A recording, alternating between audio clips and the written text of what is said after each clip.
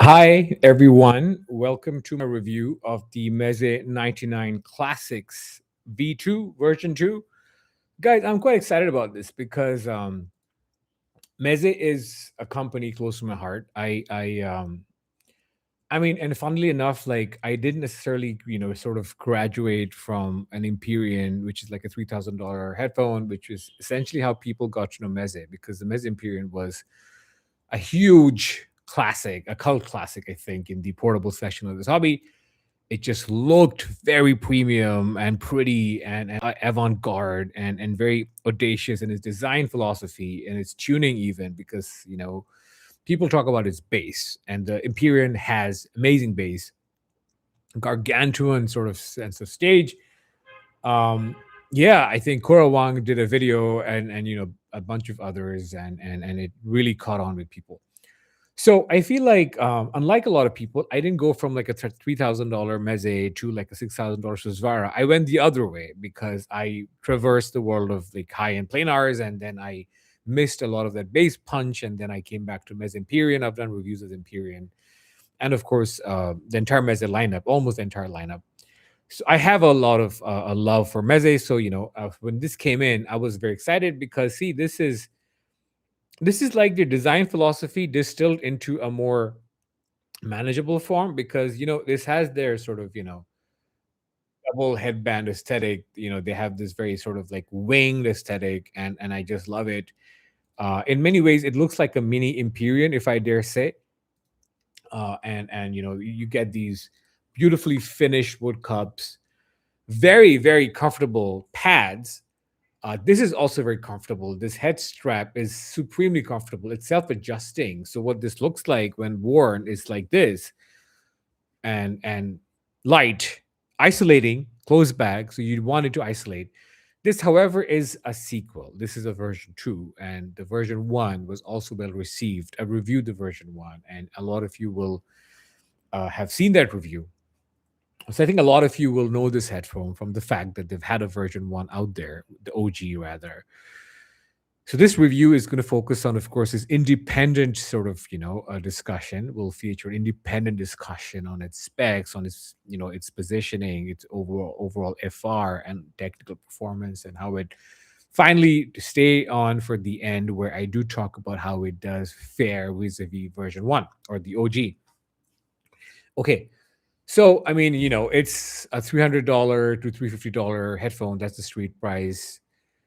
It's a closed bag. Meze is positioning as a lifestyle audiophile headphone because it's pretty, and it is something that's affordable because even like, closed bags from the more commercial brands nowadays, as less audiophile brands, do have broken the $300 barrier.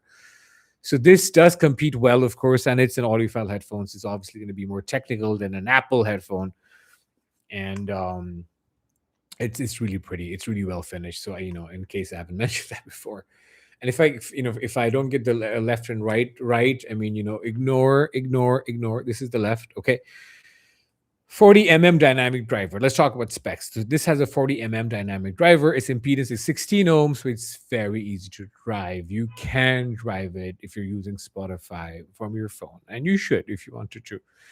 Um, the weight is 260 grams, so it's super lightweight, super lightweight. And I can't, compliment Meze enough for having their headphones be so ergonomic and comfortable.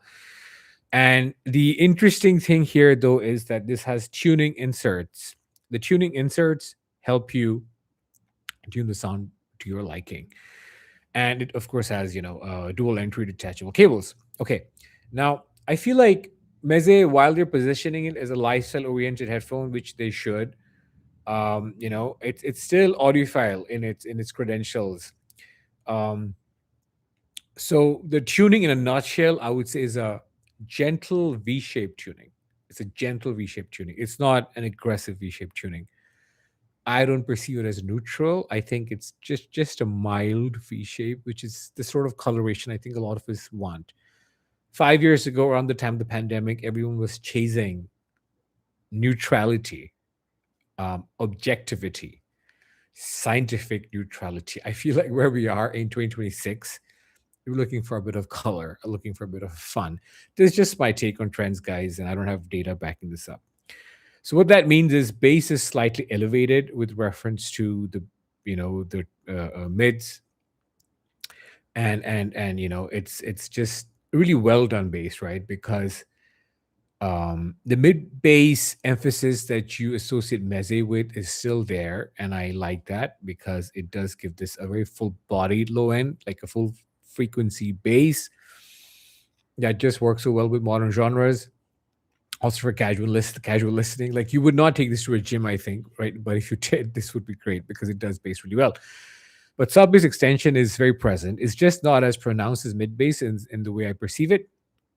And I don't necessarily perceive the bleed into lower mids, but there is lower mids energy, which does give this a very pleasant and lush vibe. So lushness is a word that I'll keep coming back to in this review. This lushness is enhanced by the fact that the mid range is ever so slightly recessed, which is interesting because vocals then get to really be like, hey, I want my vocals to be up front because that's where the Y factor lies. But if you have vocals be ever so slightly recessed, what ends up happening is in the long run, I feel like these headphones become a keeper because it's just very fatigue free. These are the kind of headphones you can listen to for a whole day, for 8 hours, right? And I think, or 4 hours, whatever. So you are going to be getting more smoothness, as opposed to analytical precision in the mid range. That's where keep in mind, which I think is what Meze is trying to do, which I think they're doing really, really well. Treble, I feel, is has enough energy to be clarity oriented and articulate, but it does not extend aggressively. And so again, I think the treble is it sort of extends the lushness of this headphone. It's very smooth and non-fatiguing. So what happens is with really poor recordings, this is masterclass. Very suitable for long listening. Now, I do want to be clear that the treble is not non-existent. You do get a fair amount of presence, right? And I just don't think it's the leading feature of this headphone. You can, however, use the tuning features to rein in the treble if you are even more treble sensitive. The technical performance is interesting because it's an intimate sort of a soundstagey affair as you'd expect from a closed back design. The imaging is stable, the imaging is solid, it's rock solid, it's not expensive.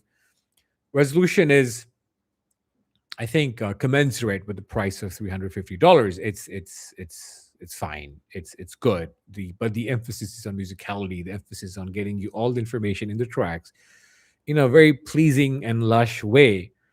Because Meze at $300 is not trying to set a technical milestone for a milestone for technical performance. It's basically trying to get people to listen, to get people into the brand, get people who essentially want to be at this price point to get a headphone that perhaps can do every genre well and not be fatiguing, because this sort of headphone works with every genre. It works with rap, it works with metal, it works with vocal oriented tracks. So yeah, I think it's phenomenal, and for what it aims to be. Now, in terms of comparisons, guys, if you want to compare it with the Meze 99 Neo, I feel like the Classics V2 presents a more refined and a smoother tuning with slightly better control in the bass. Compared to its open back offerings like the 109 Pro, the 99 Classics V2, I feel like is more intimate and it's warmer, right? But it's definitely less airy. Um, but the 109 Pro, I think, does offer a little more resolution and openness, which you'd expect, right? Because that's what it was tuned to sound like.